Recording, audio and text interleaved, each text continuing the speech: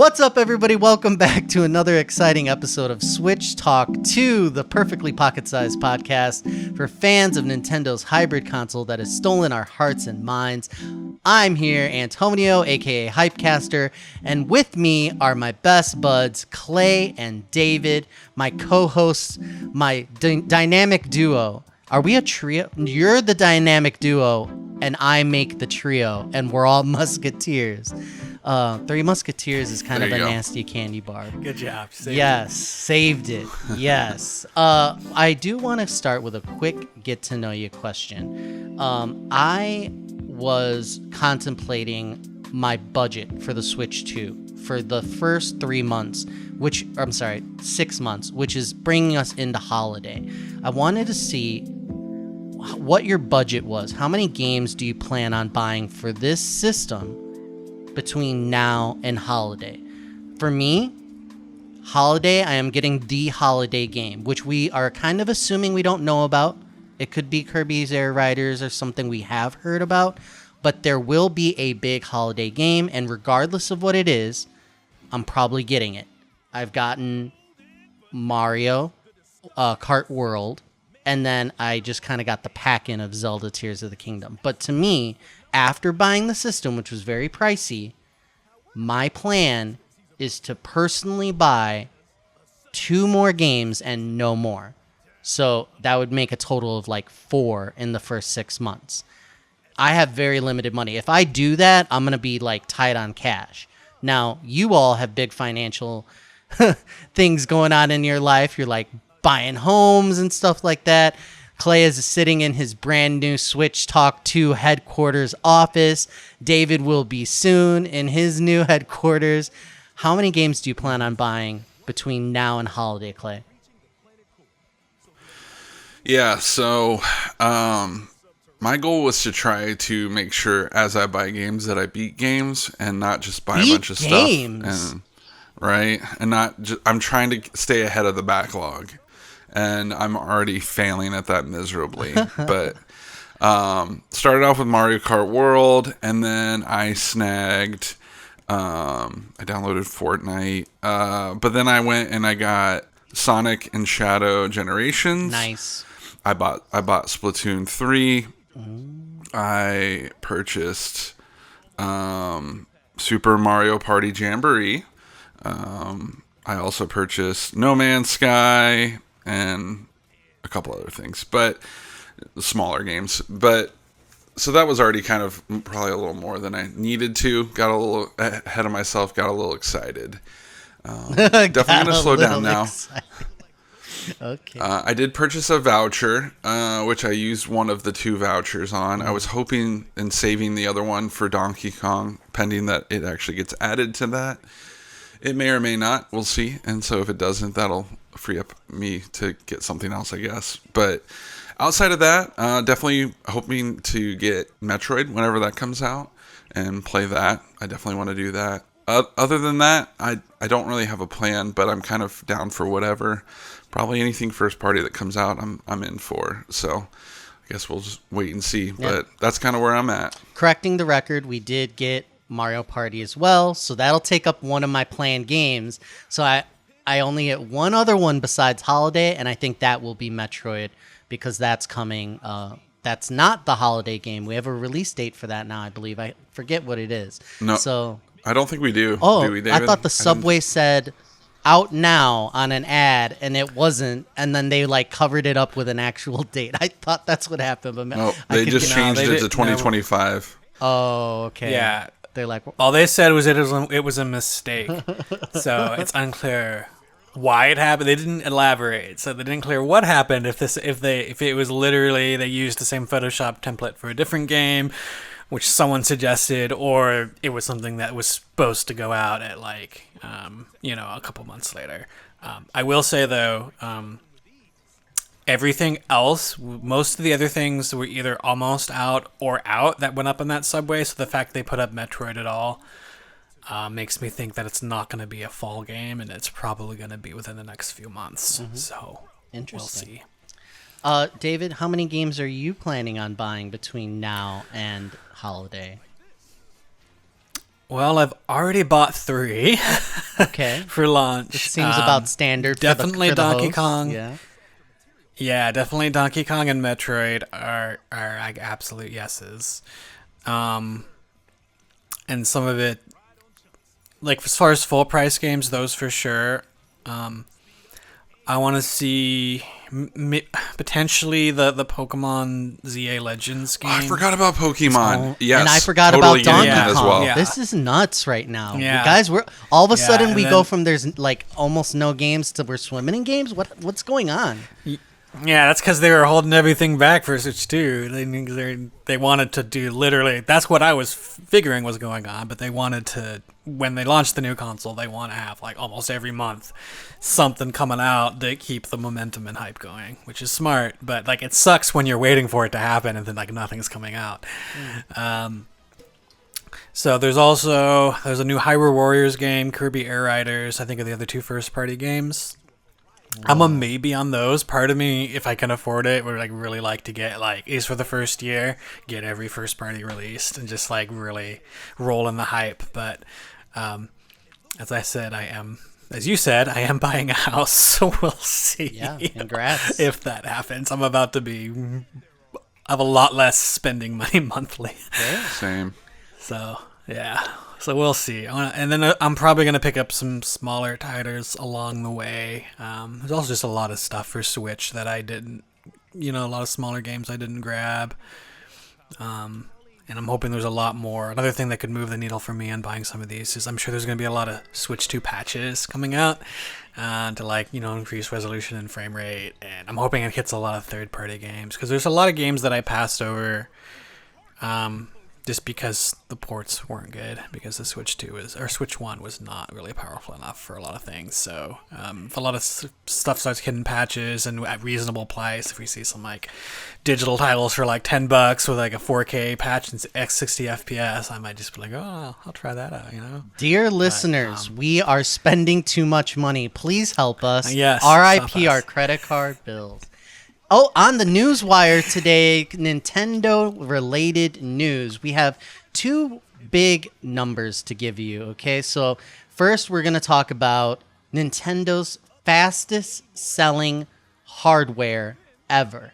Nintendo has confirmed that the highest global sales of any console in the first 4 days for the company. Industry analysts have noted that the Switch 2 is the fastest-selling home console in history. The original Switch sold 2.7 million units in its first full month, while the Switch 2 more than surpassed that in under 1 week. It sold over 1.1 million units in the US in the first 3 days. So initial sales were like 3.5 million in 4 days, and then I think to date it was Nintendo's internal forecast was 15 million units by March of 2026. So lots of numbers there. All of that to say, in short, it's a historic launch, record-breaking launch. 3.5 million in 4 days is the big number that everyone's talking about. So it's incredibly successful. And as we just kind of alluded to, at first it's like, oh, but where are the games? And then we're like, there are games. We're spending way too much money on them. So crazy. Second news story. Theft. Big, huge theft. Thieves stole 2,810 Nintendo Switch 2 units worth $1.4 million. Now, I did a little research into this, and what ended up happening was a truck stopped for gas, and then they got all of the stuff out of the truck without being noticed right away somehow, and it weighed like a ton or like something like literally like extremely heavy. So they're thinking that was a super prepared strike with a team of experienced thieves, and they were targeting the Switch 2 specifically, not just like they got lucky. The truck left Nintendo headquarters. I wanted to get your reaction to that. Clay, what do you think about this? That's crazy, man. Now, if I came to you and I said, hey, man, and like I showed you this bag or whatever. Like it's in a black plastic bag that has a little bit of trash in it. It smells bad, and I like start to pull it out, and I'm like, "Hey man, you want to switch too?" And I say $50 to you or something crazy, because you're not gonna sit there and I'm not gonna ask you for like huge wad of cash. I just want to like let this thing go because I'm just making money like real quick. I'm like, "Hey man, you want to switch too?" $50, $100 right now. You taking it? And we're in an alley, and there's hookers Probably everywhere. not. You're not gonna buy Partially a hot also switch because- too? Partially also because I've been seeing headlines that people are buying Switch 2s and then they're bricked. When they open them, they realize that they can't actually play them because Nintendo had already bricked them for like using that little like cart thing that you can put any like ROM file on. Yeah, and so I'm people sure are they have buying the serial Switch numbers and 2s. everything Oh, that you can think they run, could brick these stolen That too. ones? That'd be crazy. I don't know about that. That's That not what would I'm be saying. cool I'm just though, saying like if they could do that. I would have to know that it works. I'd have to see it. But even then, if I knew it was stolen, no, I'm not going to buy it. I didn't say it was stolen, Clay. It said like my brother works at If Nintendo. you're start charging $50 for a Switch 2, we know what's going on, dude. You're right. David, If it's too good to be so you're true, not buying is. it either. I say right now, $50 for this Switch. No, It's got a ketchup stain on I'm- it for some reason. No, No, man, you're I not don't- buying a hot Switch. I don't want to be involved in the crimes. Oh my god! But you don't know yeah. it's stolen. Yeah, I'm gonna decline it, and then I'm gonna phone the Nintendo ninjas, and then they're coming after you. You are very good people, because I would take like 5. I'm like, how many of those you got? I'd be like, I'll give you $100 for like 3 of them. All right, moving on to an in-depth game discussion on the podcast. We're talking about Sonic X Shadow Generations. We've all played it. David has played it the most extensively, and we're going to get into it, starting with David. What's your history with this game? I understand that you already played it when it was just the Sonic half of the game. Talk to me about it. So, I mean, the marketing and what this game is kind of really confusing. It's really more of a 2-game collection. Yes. Because it's basically Sonic Generations and Shadow Generations, a new game, a brand new game called Shadow Generations. Like half and But half. Shadow Generations is only packaged. It's only available in this package. You can't get it separately. So it's a 2-game collection, one of them being brand new.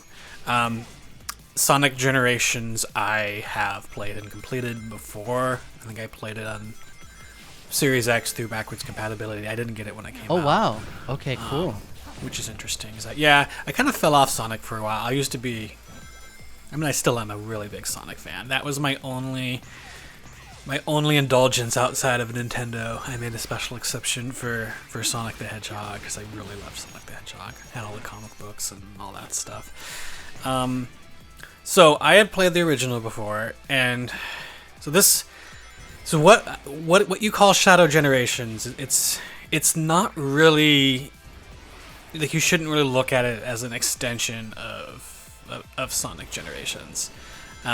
It's definitely a different engine. It even runs differently. Really? Okay.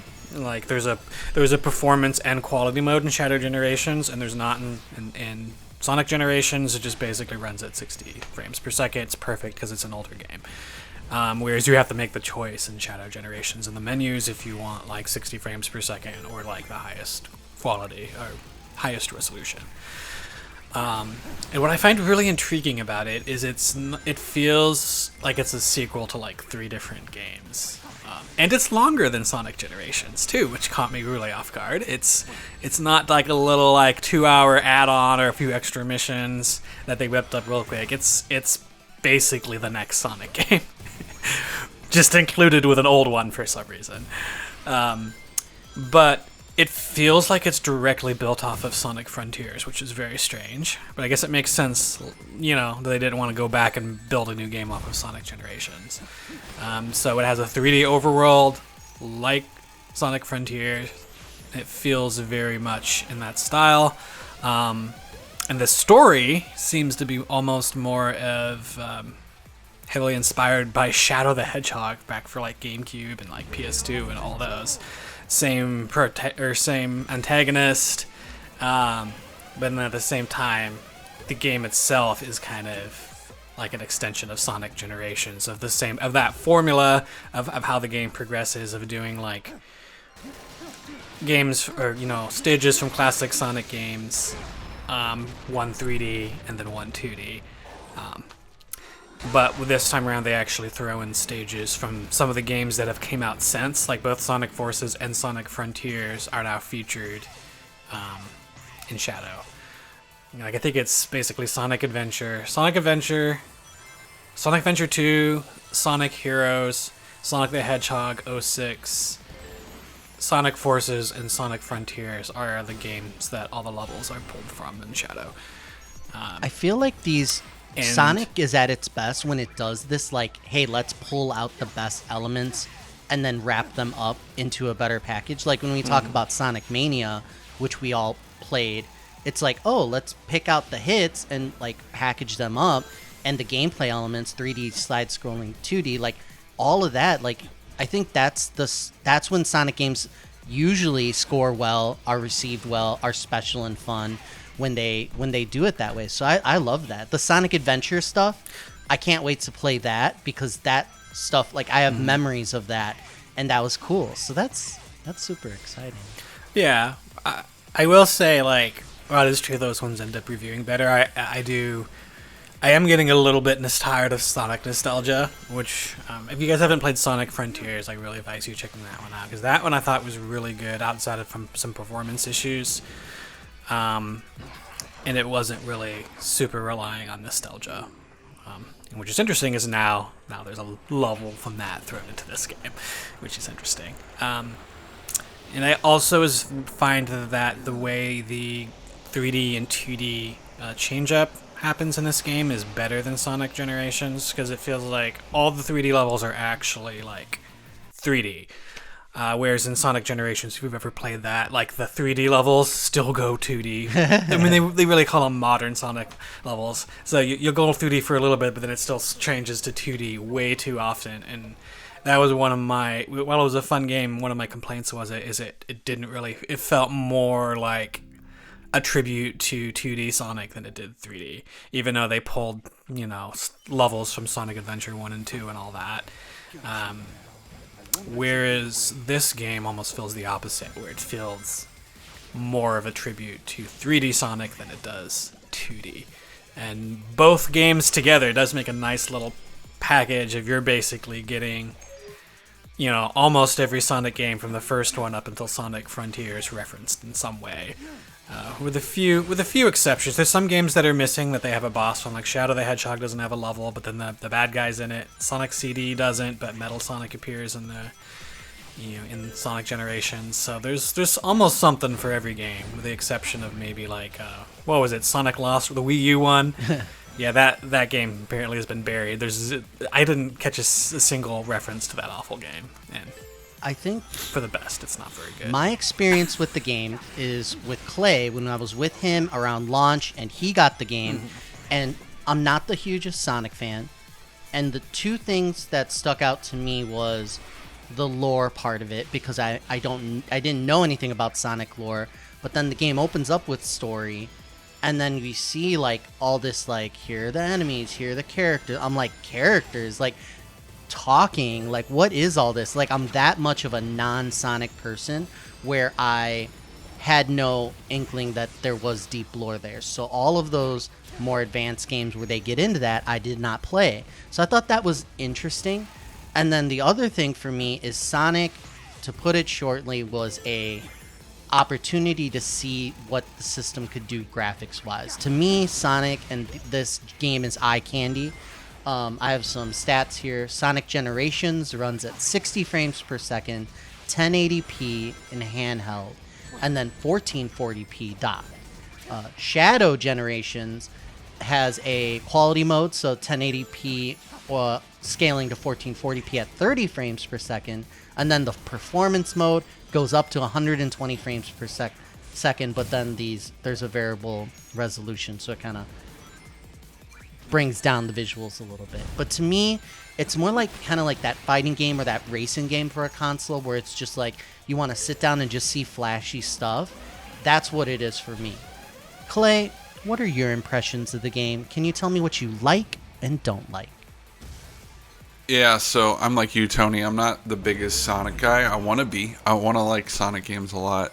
I definitely haven't played a lot of them. I played the original trilogy on the Genesis back in the day, and have played miscellaneous Sonic games since then. Played some adventures and a couple other random things. But yeah, I bought this just because I was like, David was talking it up. It sounded pretty fun. I think I played a little bit of the Shadow game on my friend's kid's console at one point. He was like stuck at a part, and I was like, I'll help you with it. And I like couldn't even get past it. And so, but I remember having fun with it, and I was like, this could be fun. So I only put about 23 minutes into Shadows before I stopped and decided I wanted to play Sonic Generations first. And so I've been working on that one first. And then I'm going to go back and do the Shadow stuff. But the little bit that I did visually looks really good. David, do you have to go into the settings to tweak which setting mode you want to pick, or does it give you the option when you first start the game? I forget. It does, and you have to go in. It's going to default to quality. Okay. It's very so either way. Like I think both of them are pretty good. It's going to be kind of preference. The performance mode doesn't really degrade the image that much. There's maybe just a little bit more aliasing, and then it's really smooth. But also the 1440 30 FPS one, it's a very solid 30, so it's not like the performance is bad. It's just capped at 30.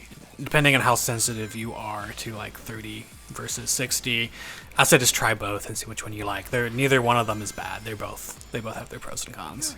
Should I buy this game? Should you or did you? No, should I? So, like, I've experienced it, with Clay a little bit. I have the FOMO, but can you tell me in a minute, should I buy the game, Clay? I mean, the fact that you get two games, basically for the price of one, it is nice. If you're a big Shadow fan, I could see this being a plus. The storyline is very similar to the movie. Maybe I'll get yelled at for saying that, but I watched the third movie recently and saw Shadow's storyline, which I didn't really know, and it's pretty similar to that. So if you liked the movie and you're like, oh, Shadow's cool, like I think this is a cool game. Heck, I would buy it even for this. But David did mention that Shadows is actually a bit longer than he thought. Like it's longer than the Sonic game, which I thought would be the other way around, which is kind of cool. So it sounds like you're getting decent amount of content for your money, which I guess is good. Yeah, I don't know. What do you think, David? Yeah, I got about between both games. I mean, keep in mind that there's a lot to unlock. Like if you want to unlock all there's artwork, there's there's a lot to do, collect and do. But hitting credits on both games, I think, took me maybe like somewhere between 13 to 15 hours. Whoa. For both, which I think is respectable. Yeah, that's a good amount of content. That's not going back and doing all the collectibles. There's a lot more content to the game, especially the first one. There's tons of you basically get to unlock a boss key. You only really have to do one challenge, but there's all these other ones to do. So I just took the quickest path to the credits, so you can beat the first game if you do that in only like 4 or 5 hours. And then I think it took me about a little bit under 10 to get hit credits on Shadow. But also the 3D overworld kind of helps a lot with that, because you can just spend a lot of time in the 3D overworld collecting things and whatnot, which it feels like right out of Sonic Frontiers. I will say if you haven't played the previous Sonic games, like you're still going to like it because it's a good game, I think, as long as you appreciate like 3D platformers and whatnot. Well, you'll definitely get more out of it if you have played the games up to this point, because it's, basically a, big celebration with different levels from all the games, boss fights being all these different villains and stuff being pulled from all these games. So it's kind of like a cool, like, oh man, we're seeing that, this boss again, or that character again, or this level again. So there's a lot of really cool moments like that if you're a fan. So definitely, if you're a Sonic fan, I'd say 100% you must own this. And I'd also say if you're just a fan of 3D platformers in general, I think you'll have a good time. But if you're kind of meh on both those things, then it might not be for you. It's not the best 3D platformer in the world. I think it's a pretty good one. As far as like 3D platformers outside of Nintendo, I think Sega does a pretty good job. Sweet. But, if it's not really your thing, then it just might not be for you. You heard it here first, everybody. 4 Sonic fans, greatest hits type of thing, graphical showcase, and a good value. Two games in one. Thank you for joining us for another exciting episode of Switch Talk 2. We will see you next time, everybody.